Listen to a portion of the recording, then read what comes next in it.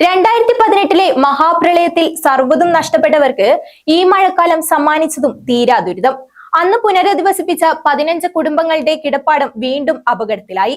ഇരിട്ടി കിളിയന്തറയ്ക്ക് സമീപമുള്ള 5 ഏക്കർ റോഡിൽ നിർമ്മിച്ച വീടുകളാണ് വീണ്ടും അപകടാവസ്ഥയിലായത്.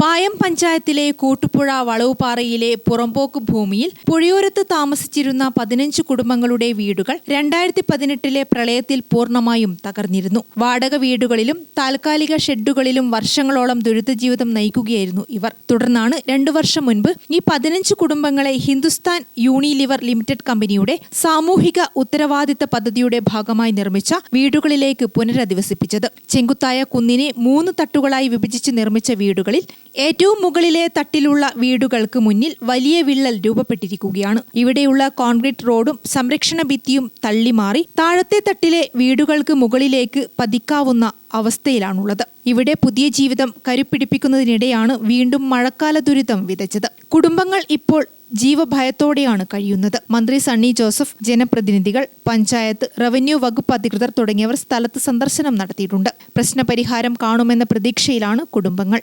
ഗ്രാമിക ന്യൂസ്, മട്ടന്നൂർ.